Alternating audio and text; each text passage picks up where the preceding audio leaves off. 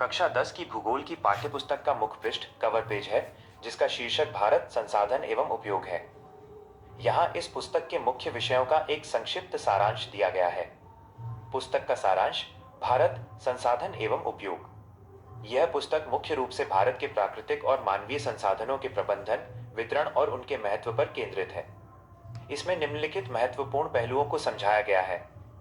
संसाधनों का वर्गीकरण: संसाधन क्या हैं और उन्हें उत्पत्ति, उपयोगिता और स्वामित्व के आधार पर कैसे वर्गीकृत किया जाता है, जैसे नवीकरणीय और अनवीकरणीय संसाधन। प्राकृतिक संसाधन: इसमें भारत की मृदा, मिट्टी, उसके प्रकार और संरक्षण के बारे में विस्तार से बताया गया है।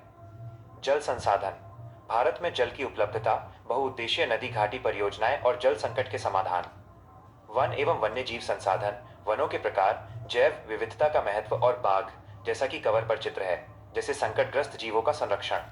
खनिज एवं ऊर्जा संसाधन: लौह अयस्क, कोयला, पेट्रोलियम और सौर ऊर्जा जैसे शक्ति के साधनों का वितरण और उनका आर्थिक विकास में योगदान। कृषि और उद्योग: भारत की प्रमुख फसलें, खेती के तरीके और संसाधनों का औद्योगिक उपयोग।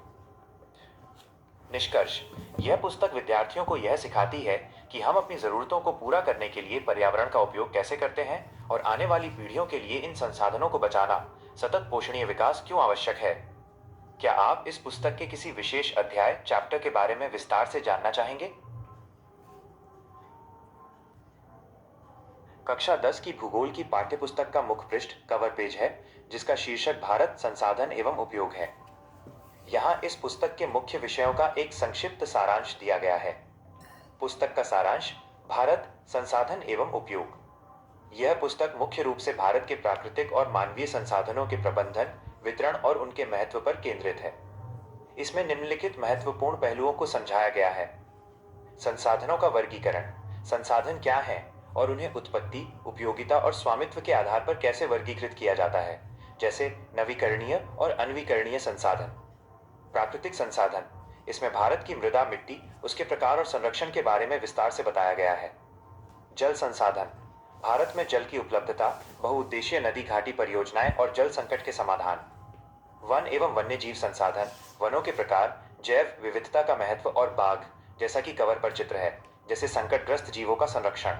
खनिज एवं ऊर्जा संसाधन: लौह अयस्क, कोयला, पेट्रोलियम और सौर ऊर्जा जैसे शक्ति के साधनों का वितरण और उनका आर्थिक विकास में योगदान। कृषि और उद्योग: भारत की प्रमुख फसलें, खेती के तरीके और संसाधनों का औद्योगिक उपयोग। निष्कर्ष: यह पुस्तक विद्यार्थियों को यह सिखाती है कि हम अपनी जरूरतों को पूरा करने के लिए पर्यावरण का उपयोग कैसे करते हैं और आने वाली पीढ़ियों के लिए इन संसाधनों को बचाना, सतत पोषणीय विकास क्यों आवश्यक है। क्या आप इस पुस्तक के किसी विशेष अध्याय, चैप्टर के बारे में विस्तार से जानना चाहेंगे?